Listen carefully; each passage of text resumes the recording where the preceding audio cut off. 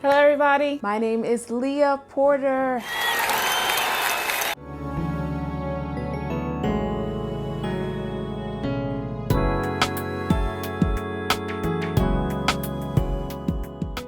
Listen, first, before I really introduce myself, let me say this. I've been talking about starting a YouTube channel for a very long time, and we all get in this space where we say we're gonna do things, and then we take a long time. and then boom, out of nowhere, we decide to do it. And guess what? I'm here, I'm doing it, and I'm gonna stay consistent.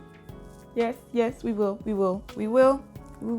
But again, my name is Leah Porter, Leah T. Porter, and I'm an artist, I'm a creative entrepreneur, and someone who accidentally became the CEO and director, producer, and all these different things of 4 businesses. 4, yes, crazy, right? When I first started my first business, which I'm going to talk about, I didn't think about starting multiple businesses. Actually, I never forget walking into the first building that I required and telling my mom and my then partner, I was like, oh my God, this is the first business that I opened. I'm not opening any more businesses. This was a headache. And my mom literally looked at me in my face and was like, no, this is going to be the first of many. And I looked at her like, no, it's not.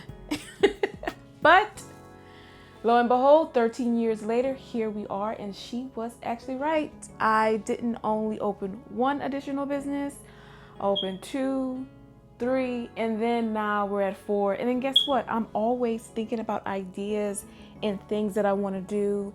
And I'm one of those people that if there's something that's in this brain that I want to do, guess what I'm gonna do? I'm gonna do it. So somewhere along the line, I decided to, in the craziest ways possible, turn my passion into multiple platforms. So today on my very first YouTube episode, I am taking you on a behind the scenes look at how I started these 4 businesses, what made me have these crazy ideas, and some things that I would have done differently. So I want to give y'all some tips. So let me give you a really quick rundown of all 4 of the businesses. 1 is Effie Conservatory. Effie stands for Fire Expressions, and it's a performing arts program that is all about training young girls and boys ages 3 to 18 in classical and contemporary styles of dance, and we are deeply rooted in cultural and ethnic experiences. 2, we have the Creole Nutcracker, which I co-created with one of my really good friends, and it's a stage production that puts a Louisiana Creole culture spin on a 19th century classic of the Nutcracker. It's a beautiful stage production, but it's not only a stage production, it's education, it's culture preservation. It is a full-on brand, as I like to say. We have merch, and last year we got the Creole Nutcracker trademarked. Yep, got that checked. 3 is Park Village, which is a for-profit community arts center, and it's all about giving artists an opportunity to have resources right here in our community where I'm located in Lafayette. And it's also an opportunity in a way for the community to be exposed to art and culture. And then 4, we have Heritage Park, which is a nonprofit that I also co-founded with one of my really good friends.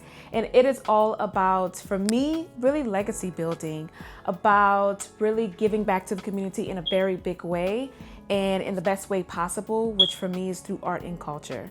And so yeah, those are the 4, those are the 3, those are the 2, those are the 1. Here we go.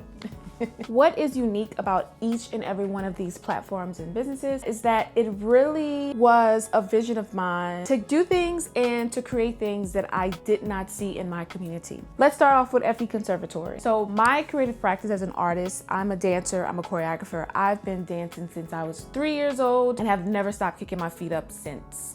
My dancing turned into teaching, my teaching turning into choreographic work, my choreographic work turned into collaborating with different artists, my collaboration with different artists turned into so many other different things. But my traveling in my college years and after, and even in high school as well, is what really inspired me to start Effie Conservatory. We know that art is done in so many different ways around the world. And Lafayette, Louisiana, where I'm from, it's not, I always describe Lafayette as it's not a small country town, but it's not a large city. And so it gives you the space to dream and believe, but it doesn't necessarily give you the space to make you feel like those goals and those dreams that you have are actually real. And I say that because even as a young dancer performer, person, I did a lot of traveling. I would travel to New York and travel different places, to DC for conferences. And I would immerse myself in the art and culture world there. So from taking dance classes, going to different shows, being a part of different environments, really inspired me. Those were places and spaces where I felt like, number one, I felt like myself. I felt inspired and motivated to create. And when I would come back home, those spaces and those environments were not here. They weren't here. I say all the time, for the FE Conservatory, you can go anywhere in the world and a modern class is done to live drumming, a ballet class, you'll have a live pianist. Those are experiences that I didn't get to have as a young person here in my community. I didn't get those experiences until I left outside of Lafayette. And so FE Conservatory was really started as a way to bring some of those experiences that I gained throughout my traveling right here to Lafayette, so that way other kids and other people would not feel how I felt when I would travel outside of my community and then feel some kind of way coming back because those experiences and those things that I was able to enjoy, I wasn't able to enjoy here. And so FE Conservatory was really to create a space, a training space for dancers, and to give them the opportunity to be exposed to and to experience dance the same way that anybody around the world experiences it. So after I started FE Conservatory, and once about 3 years in, I started to really set in of being not just an artist, but an artist and a business owner, which that's a whole other conversation in itself. But once I really started to sit in to the conservatory and really started to enjoy just the work, I started to think about what kind of other shows and other things I wanted to do with the conservatory kids. I wanted to do Black History shows, I wanted to do Christmas shows and all types of things. And that's when I started thinking about the Creole Nutcracker. I had a vision of doing the stage production where the Nutcracker would become a Louisiana themed Nutcracker, and the lead would go to different festivals instead of different parts of the world like in the original. And it was something that I had been thinking about for a long time. Lo and behold, one of my really good friends, Jasmine Jones, had came back from Howard University, and I was in deep prayer and meditation asking God to bring the right people to FE Conservatory as teaching artists. And when she came back, she joined the staff at FE Conservatory. And one day we were sitting in my office and she's like, Leah, I have to share something with you that my mother-in-law shared with me. She was like, she gave an idea about doing a Louisiana themed Christmas dance production, dance show. And I was like, well, guess what? For the past couple of years, I've been thinking about doing a production called the Creole Nutcracker. And I started explaining all of these different things. And at first that conversation didn't go too far. It was like, okay, yeah, it's a great idea. And then probably about for 3 or 4 more years, kind of sat on the idea. And at one time I was like, you know what? It's time to get started. I knew that Jasmine was a person that was really passionate, really great teacher and artist. And I was like, let's start this thing. Let's go ahead and do Creole Nutcracker like full-fledged. And year 1 was like overwhelmingly successful. It was not even something that I know I could imagine. We had a sold out show year 1. We had so many people show up for auditions. And let me tell you, when we actually did the auditions, the show wasn't even built yet. So we did auditions without a show actually being built. And as the production rehearsals were going on, we were building the show at that time. So it's really, really beautiful. And Creole Nutcracker has become a staple in our community, something that I'm extremely and super proud of. And we have some other stuff coming up too. It's gonna be really cool that I'm not gonna give away just yet. Park Village is probably out of the 4 businesses and platforms, the one that I didn't expect, like kind of came out of, not thin air, but like happenstance. I am an artist that has collaborated with a lot of different other artists from different mediums, poets, musicians, visual artists, people in the theater landscape, directors, like a multitude of different artists. And that is something that I actually really enjoy. A lot of my work choreographically encompasses like all of these different forms of art in different mediums and bringing different people together to really see an idea like expand. At the time, I was actually looking for a new space for the conservatory. We had started to outgrow our 1-room building that we had been in for about like 7-8 years, and it was time for us to look for a new home. and my mom, who is a real estate agent and broker. She found this space in North Lafayette that originally at first I was not necessarily a fan of, but I think once we actually got inside and we seen the building, which was a hot mess, I have to say, we had to do a lot of work, but I instantly walked in and started to see the vision of what the space could be. And for me, the space spoke like a performing arts conservatory, but for me, the space was giving me the energy of more than that. I was like, oh, this is not just a space for dance. This is a community art center. Like, I walked in, I can envision the gallery, I can envision the podcast studio and the dance rooms and the lounge and the music room and the recording studio. Like, I can literally see it. I seen it the first time that I walked through and did the first walkthrough in the building. And that is what sparked my interest of creating that space, not only for FE Conservatory, but actually creating a community arts center right in the heart of North Lafayette. And ideally, I am from North Lafayette. Northside High School, the school that I graduated from, I'm an alumni of, is literally right across the street. And so, like, I instantly started just getting positively overwhelmed with the idea of how much good a community arts center can do right there in that particular area, in that particular place. And so that's how Park Village was created. I was able to still have Fire Expressions housed at Park Village, but still also create a space specifically for artists to come and to have resources, to have space to create, but also have space to share with their community. So there's a huge, I don't want to say transactional, but this just huge exchange between artists in the community, which both benefit from, at least I think. So Heritage Park, which is the nonprofit of everything that I do, came along like somewhere either right before or right after Career Nutcracker. I think it was right after Career Nutcracker. Heritage Park was really just a thought and an idea of just trying to give back to the community more. This is another business or another entity that I did co-found with my really good friend, Jasmine. And the idea was just to give back to the community more. How can we do more? Career Nutcracker was intentional about making that particular production a community production and not just an FE production. As I mentioned, originally I was thinking for it to be a Christmas show for the conservatory, and the kids at the conservatory only put on the Career Nutcracker. But before we even started, it was like, I think we can make a larger impact if we open it up to everybody. And a lot of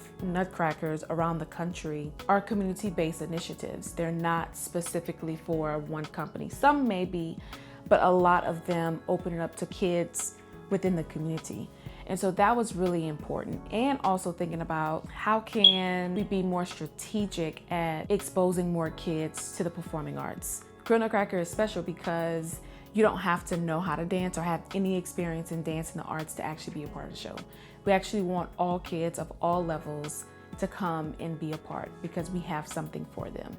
And so Heritage Park was really an extension of that work. How can we do more? How can we do more mentorship through the arts and culture? How can we offer more financial support through scholarships to dancers and actors and people who want to train outside of Lafayette and get bigger opportunities and more experiences? How can we continue to preserve our culture, our Louisiana Creole culture through the arts? And that's how Heritage Park was born. As executive director, I'm so very happy of the work that we are doing now. We have a fully functioning scholarship program. This 2025 was our second year of giving scholarships. We have a mentorships program. We have a regional theater company called BTE, the Black Theater Experience, which is all about showcasing the work of diverse playwrights. But even more importantly, my big mission and vision with BTE is positively affecting our creative economy here, not just in Lafayette, but regionally. So giving directors, stage managers, costume designers, sound engineers, lighting designers, people that make props like actors, playwrights, giving them a space and a place to actually practice and for them to get paid for it, for their work and their craft that they do.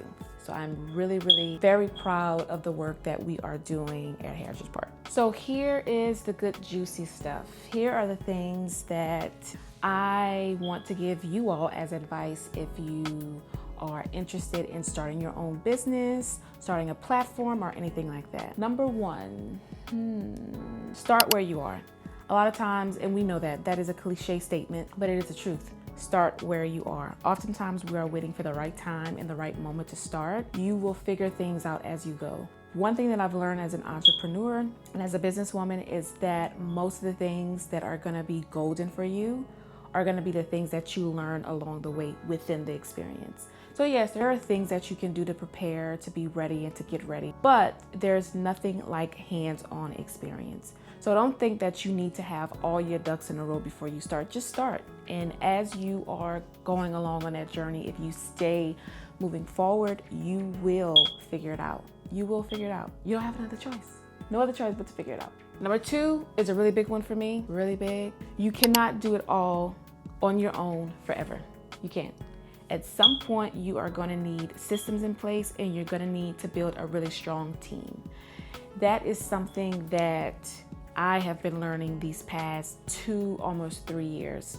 I have, for a long time, for the first 10 years of being a businesswoman, an entrepreneur, have done a lot of things by myself. It is not to discredit anyone that has been on this journey with me or along with me as teaching artists, as partners, or anything of that nature. But when you are birthing an idea, when you're starting something, then when you start from scratch with little to no money, there's a lot of things that you're gonna have to do yourself. I've had people that have supported me, people that have been on the journey with me, and that have really poured into me and have just been great people, a part of the mission and vision of each and every one of those 4 platforms.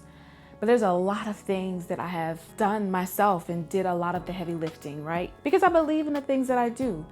But once you get to a certain point in business, you will not be able to do everything yourself. I was always the accountant, the janitor, everything that you can think of in a business, I've done.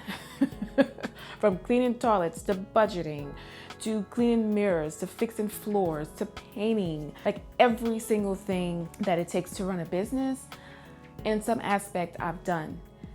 But at a certain point, especially you can only imagine running 4 businesses, things start to get heavy. And so it's important to, number one, delegate the things that you can. Number 2, hire slowly, but hire really good people on your team. And then 3, just know your wits end. Know what you can do and what you can't do. Know how to push through when you know you can't push through, but also know how to fall back when things are becoming too much. I'm a person, I am a workhorse, like literally a workhorse. And a lot of times I expect my team to be that way, but I'm learning how to have patience and give grace as much as I can. But yeah, just know that you can't and you won't be able to do everything yourself. And if money is the thing that is stopping you from either delegating, from hiring, from expanding your team, know that the money that you are putting out, the time that you are getting back, is going to allow you time to make more money, or allow you time to really put the energy into parts of the business that you are really needed in. And so just don't be afraid to hire, don't be afraid to delegate. And there are some creative ways that you can get around that. It's another video. Number 3, let's try it again. Number 3, every idea is not a business idea, and it's okay. Some things are just things that are really passionate to us, or things that we think are a good idea. And you have to know how to test the market or test your customers to see what they like and what they don't like.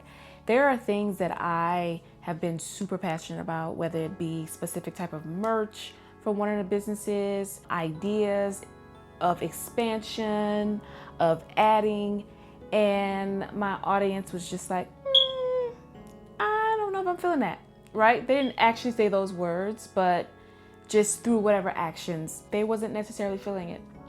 So just know that every idea that you're gonna come up with for your business is not actually a good business idea. Number 4, which is a really big one, stay connected to your why. Another cliche statement, but it's the truth.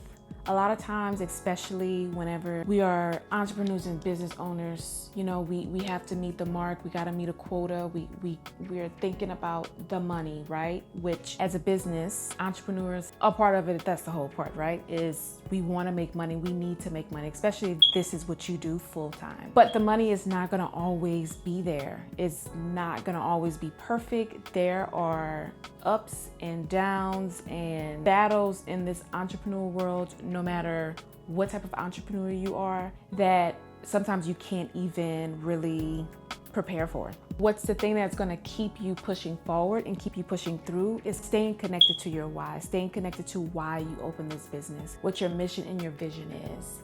That is something that I have constantly done, which is try to stay authentic to who I am, what I do, what I produce, and how I move in the world. And I feel like that has gotten me really far. And one of the reasons why I feel like I'm able to continue to sustain and to grow. Money will come. Money will come. You just have to keep your eyes and your energy on the work at hand and don't give up. I heard somebody say this recently on the internet is people tend to give up right before their breakthrough is gonna happen. So just know you're gonna have tough moments, tough times, but don't give up. Stay connected to your why. And number 5, something that one of my mentors told me a very long time ago that I did not understand. He said, Leah, leadership is a very lonely journey.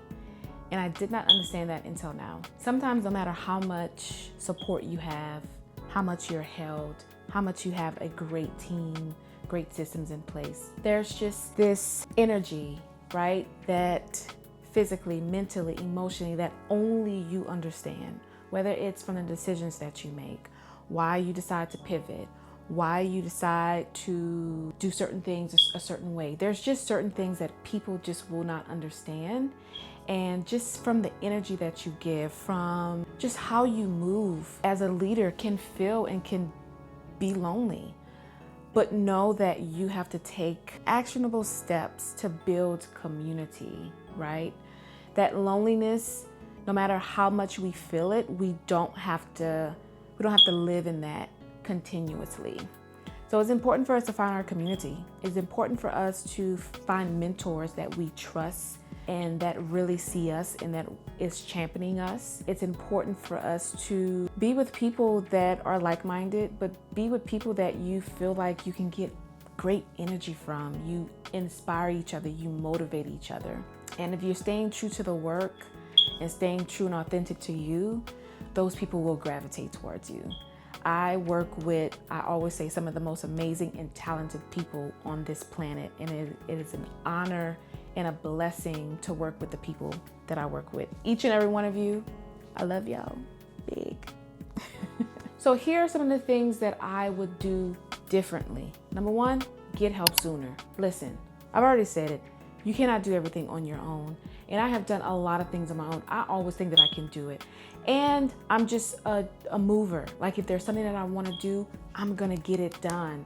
And oftentimes it's not that I don't want to wait on people, but it's just like, why wait when I can do it? But the truth is that number 1, you really burn yourself out that way. You're not able to properly give the energy to the things that you really need to give energy to. And 2, it's not necessary. It's not necessary. So if there's one thing that I would do differently is I would have gotten help sooner and learned to delegate sooner. Number 2, whenever you're in business and things are going fast and moving fast, there's things that you're not even thinking of.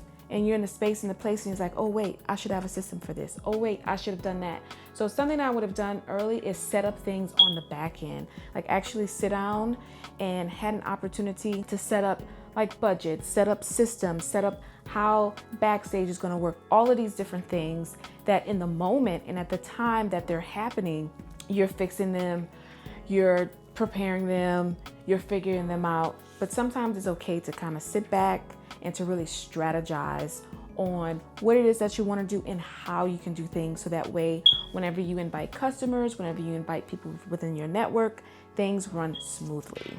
Number 3, saying no and saying no fast.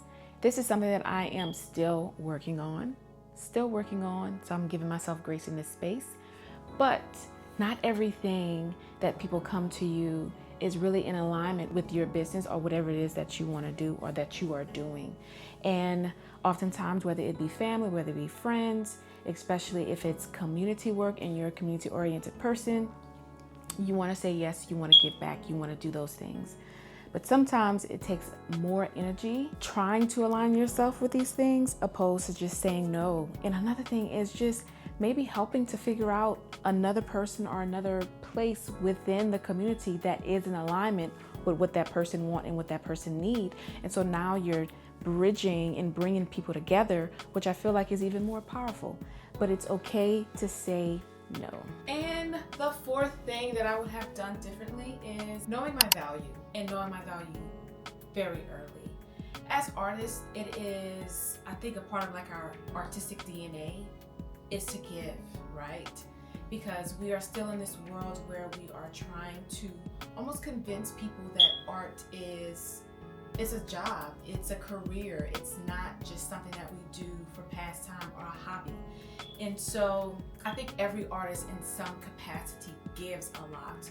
I've historically have been an artist who has given a lot of her time, a lot of her knowledge, a lot of her resources without even blinking an eye or thinking about it.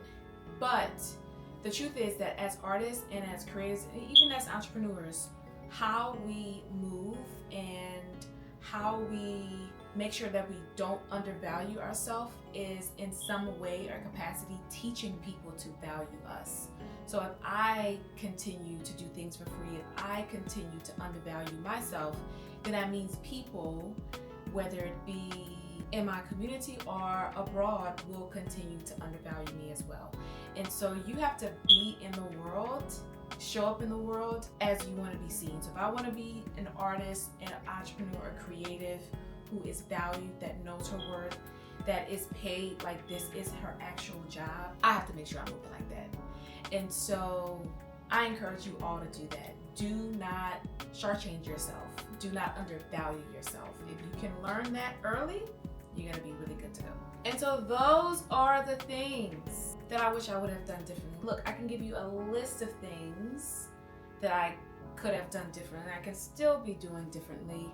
But this is just a little snippet and a little insight into Leah, what she does, who she is, and I hope that this inspired you. Listen, it is so important to know that in order to start, you don't have to have it all figured out. All you have to do is have a vision, have a mission, and have the willingness and the consistency and discipline to make it happen. That is what you need. The consistency, the willingness, and the discipline to make it happen. Look at me. I am literally a small town girl who started off as a dancer and a teacher and a choreographer, and is now running 4 platforms and 4 businesses that are all growing in such beautiful and big ways. Never in my wildest dreams would I have imagined that. That is not what I have planned for my life. Yet, here we are. So just go after it. Just make a plan, start off strong, but also know that that plan that you are making, you might have to detour from it, and that is okay. And lastly, what I want you to do is hit that subscribe button. Yeah, right there, or wherever it's at on the screen. Hit the subscribe button if you want to see more content about how you can turn your passion into a business. So I hope that you all stay tuned. Listen, we have some good content coming. I'm going to be taking you all on the journey of all of these different facets. So behind the scenes of FB, Kruna Cracker, Park Village, Heritage Park. I'm going to be having sit downs with you all and giving you some insights, some inspiration and motivation. I am a traveler. I love to travel, so we're going to have some travel content as well. And I love to travel for business. I do a lot of traveling for business, but I also like to travel for leisure, and we're going to take you on both. So listen, all sorts of cool content, no matter if you're an artist, no matter if you're an entrepreneur, no matter if you're both, no matter if you're a doctor, a lawyer, I always say there's gems that you can take out of everything that you read, that you watch, or that you are around. And so again, like, subscribe, comment. Listen, y'all, I'm new to YouTube, so I'm trying to get, used to this like, comment, subscribe thing. But yeah, do all of that, plus more. Bye.